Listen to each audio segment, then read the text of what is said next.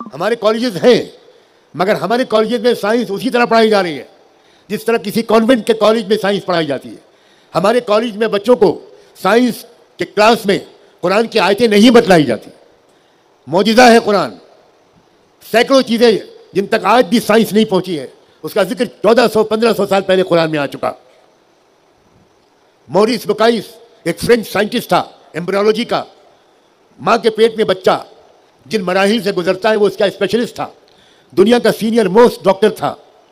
ماں کے پیٹ میں بچے کی شروعات سے لے کر ڈیلیوری تک کن اسٹیجز سے وہ بچہ گزرتا ہے، اس پر وہ اتھارٹی تھا، پوری دنیا اس کا لوہا مانتی تھی۔ اس نے کچھ انکشافات کیے۔ اس کو ایک مسلمان دوست نے قرآن دیا فرانسیسی زبان میں، اور وہ آیتیں پوائنٹ آؤٹ کی جس میں اللہ نے قرآن میں ایک بچہ ماں کے پیٹ میں جب شروع ہوتا ہے تو کن اسٹیجز سے گزرتا ہے، قرآن مجید میں کن اسٹیجز کا بیان کیا گیا شروع سے لے کر آخر تک، تو وہ تو بالکل دنگ رہ گیا۔ وہ یہ بات جانتا تھا، اور ڈاکٹر حمید اللہ نے اس کو اچھی طرح سمجھایا، جو ہمارے بہت بڑے عالم، مصنف، محقق اور فرانسیسی زبان کے بہت بڑے ماہر تھے۔ 40 سال انہوں نے پیرس میں گزارے۔ انہوں نے کو سمجھایا کہ یہ انسان کی کتاب نہیں ہے، اپنا نام بھی نہیں لکھ سکتے تھے، یہ اللہ کی طرف سے اتری ہوئی کتاب ہے۔ اس نے اس کتاب کو اور پڑھا۔ اس کے بعد ڈاکٹر حمید اللہ سے کہا کہ مجھے کیا کرنا ہوگا، میں قرآن پر اور محمد رسول اللہ پر فوراً ایمان لانا چاہتا ہوں۔ چنانچہ اس شخص نے اپنے ایمان کا اعلان کیا، مسجد میں آ کر نمازیں پڑھی اور ایک شاندار کتاب لکھی۔ ایک نیا موضوع دنیا میں چلا یورپ میں، قرآن اور سائنس۔ محمد اسد لیوپولڈ ویس ان کا نام تھا، ایک جرمن یہودی تھے۔ وہ عالم عرب کی سیاح کی حیثیت سے گئے، ٹورسٹ کی حیثیت سے گئے، اور کیا انہوں نے دیکھا جب انہوں نے قرآن کو پڑھا تو وہ اسلام لے آئے۔ مریم جمیلہ ایک امریکن جرمن یہودی خاتون تھی، انہوں نے اس قرآن کو پڑھا، محمد رسول اللہ کی سیرت کو پڑھا، انہوں نے اسلام کو قبول کیا اور کتابیں لکھی۔ اسلام کے موضوع پر جو بہترین کتابیں ہیں اس میں ایک کتاب محمد اسد کی ہے، اس کا نام ہے روڈ ٹو مکہ۔ اسی طرح مریم جمیلہ کی کتابیں ہیں، اسلام ورسز اہل کتاب۔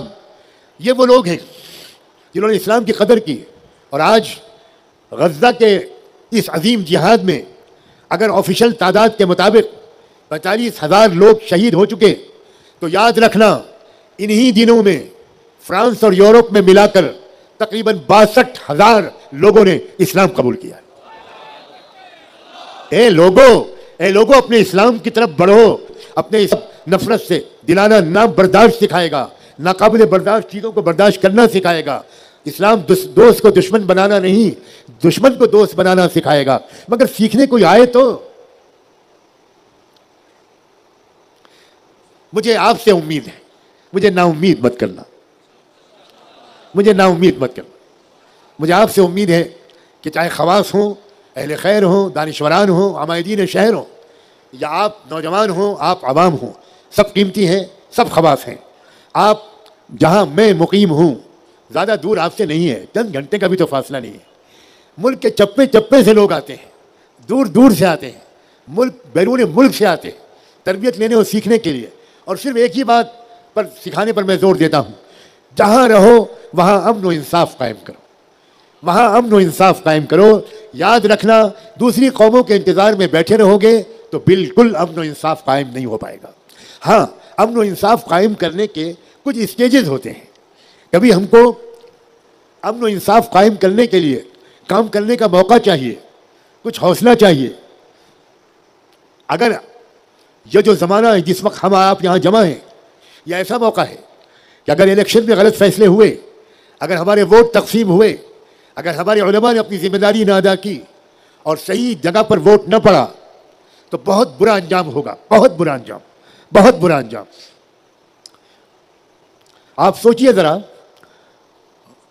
کن لفظوں میں اس ادا کو یاد کروں کہ ایک طرف تو پارلیمنٹ جوائنٹ پارلیمانی کمیٹی بنا رہی ہے، اور اس سے وہ عوام سے اپنی رائے لے رہی ہے، لوگ ای میل کے ذریعے دوسرے ذرائع سے اپنی رائے بھیج رہے ہیں، اور ایک طرف وہی جوائنٹ پارلیمانی کمیٹی یہ بھی اعلان کر رہی ہے کہ ہم پورے ملک کے صوبوں میں جائیں گے، صوبوں کے مراکز میں جائیں گے، اور وہاں کے VIP سے، وہاں کے مختلف فرقوں کے رہنماؤں سے ہم ملاقات بھی کریں گے اور زبانی ان سے رائے پوچھیں گے.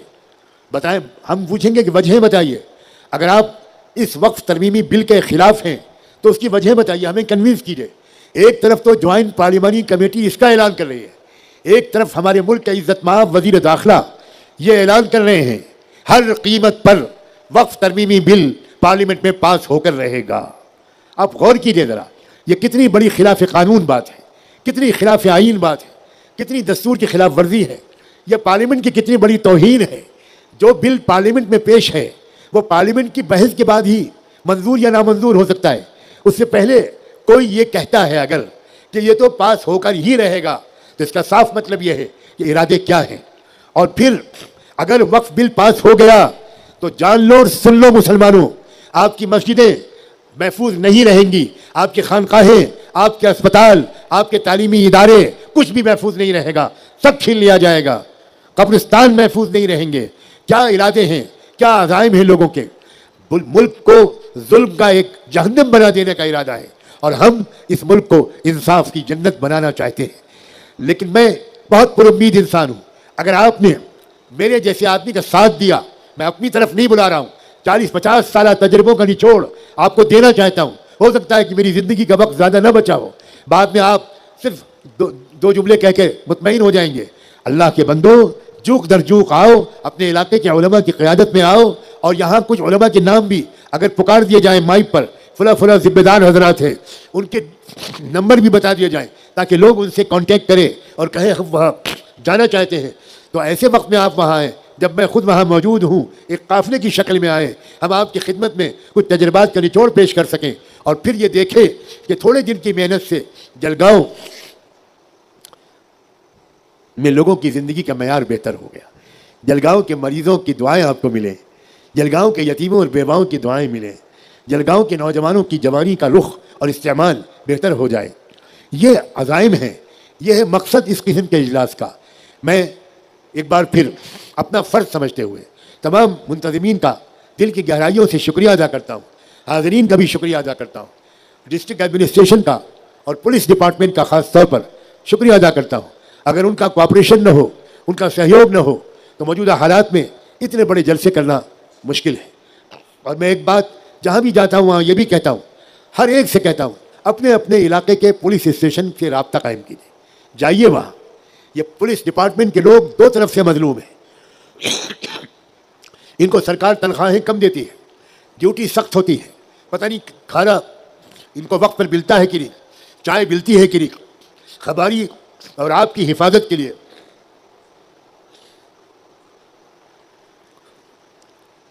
یہ دن رات محنت کرتے ہیں اور ہم ان کو نفرت اور شک کی نظر سے دیکھتے ہیں. اس کا کوئی جواز نہیں. میں ہر جگہ اس بات کی اپیل کرتا ہوں کہ اپنے اپنے علاقے کے پولیس اسٹیشن میں جائیے. اچھے شریف لوگ, پڑھے لکھے لوگ, 4-5 لوگ جائیں, نوجوان جائیں, اور اپنے علاقے کے انسپکٹر سے کہیں کہ ہم آپ کا شکریہ ادا کرنے آئے, آپ ہماری سرکشا کے لیے اتنی سخت محنت کرتے ہیں, ہم آپ کا دھنیہ واد کرنے کے لیے آئے ہیں. ہمارا نمبر نوٹ کر لیجئے, علاقے کے اندر کوئی بھی بدامنی ہو, کوئی کرائم کا مسئلہ ہو, ہماری مدد چاہیے تو ہم حاضر ہیں. ہمیں آپ بلا تکلف 2 بجے رات میں کال کیجیے گا تو ہم آپ کی مدد کے لیے آئیں گے. ملک کے جن جن شہروں میں میں نے یہ بات کہی اور وہاں کے لوگوں نے اس پر عمل شروع کیا تو local S H O inspector سے لے کر اوپر کے افسران تک, S P, S S P, D I G, I G اور اوپر ڈی جی تک یہ خبر پہنچی, اور ان لوگوں نے کہا کہ یہ کیا تبدیلی آ رہی ہے, یہ کون ہے جو یہ محبت بھرا پیغام دے رہا ہے, کون ہے جو یہ سلیقہ سکھا رہا ہے. آج تک ہم 20 سال سے ڈیوٹی کر رہے ہیں, 10 سال سے کر رہے ہیں, آج تک کوئی شہری, کوئی ناگرک ہمارے پاس اس طرح کی پازیٹیو بات کرنے کے لیے نہیں آیا. مسلمانوں, تم رب العالمین کے بندے ہو, رب المسلمین کے نہیں ہو. تم رحمت للعالمین کے امتی ہو, تم رحمت للمسلمین کے امتی نہیں ہو.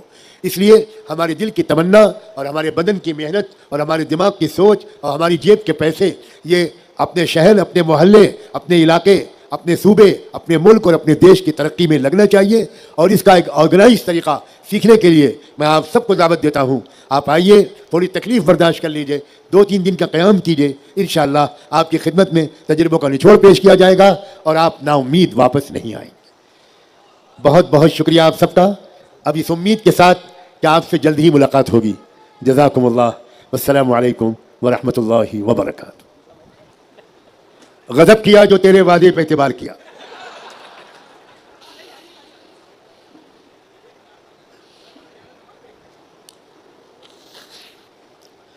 ہاتھ اٹھائیے, دعا کیجیے. سبحان اللہ و بحمدہ, سبحانک اللہم و بحمدک, نشہد ان لا الہ الا انت, نستغفرک و نتوب الیک, نستغفرک و نتوب الیک, نستغفرک و نتوب الیک.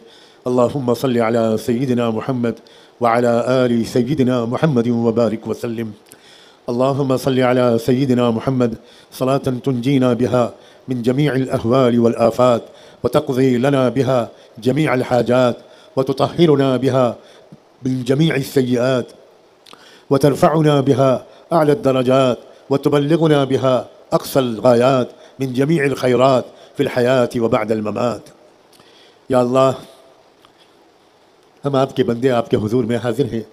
ظاہر میں تو آپ کے بندے ہیں, حقیقت میں نہایت گندے ہیں. اللہ معاف فرما دیجیے. اب تک کی کوتاہیوں کو معاف فرما, انفرادی گناہوں کو بھی معاف فرما, اجتماعی کوتاہیوں کو بھی معاف فرما. ہم نے آپ کے دیے ہوئے مال کا صحیح خرچ نہیں کیا, ہم نے وقت بھی بہت ضائع کیا, جوانی برباد کی. اے اللہ, آپ اپنے تمام انفرادی اور اجتماعی گناہوں سے ہم توبہ کرتے ہیں. اے اللہ, ہمیں معاف فرما دیجیے, آج معاف فرما دیجیے, آج سن لیجیے. اللہ, آج مان جائیے. اللہ, اللہ مان جائیے. اللہ, اللہ اس پورے مجمع کو ایک بار رحمت کی نظر سے دیکھ لیجیے, ایک نظر ڈال دیجیے. اللہ, مغفرت کی نظر ڈال دیجیے, رحمت کی نظر ڈال دیجیے. تیری ایک نگاہ کی بات ہے, میری زندگی کا سوال ہے, مجھے اپنی پستی کی شرم ہے, تیری رفعتوں کا خیال ہے, میں اپنے دل کو کیا کروں, اسے پھر بھی شوق وصال ہے. اے اللہ, اے اللہ, اے اللہ, آج ہم سب کو نئے سرے سے مکمل اسلام کو سمجھنے کی سچی طلب والا بنا دیجیے. دوڑ دوڑ کر جائیں, قافلے بنا کر جائیں, اپنی تربیت لیں, اسلام کو سمجھیں, اپنے محلے سے لے کر پورے صوبے تک, پورے صوبے سے لے کر پورے دیش تک انصاف اور امن کا پیغام کو عام کریں. کسانوں کو بھی راحت ملے, مزدوروں کو بھی راحت ملے, دلتوں کو بھی عزت ملے, اوبیسیز کو بھی ان کا احترام ملے, عیسائیوں کو بھی ان کے حقوق ملے, سکھوں کو بھی ان کے حقوق ملے.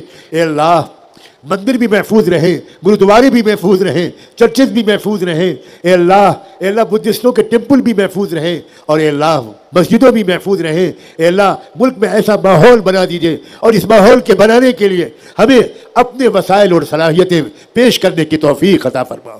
اے اللہ, اپنی غلطیوں کی تلافی کی توفیق عطا فرما.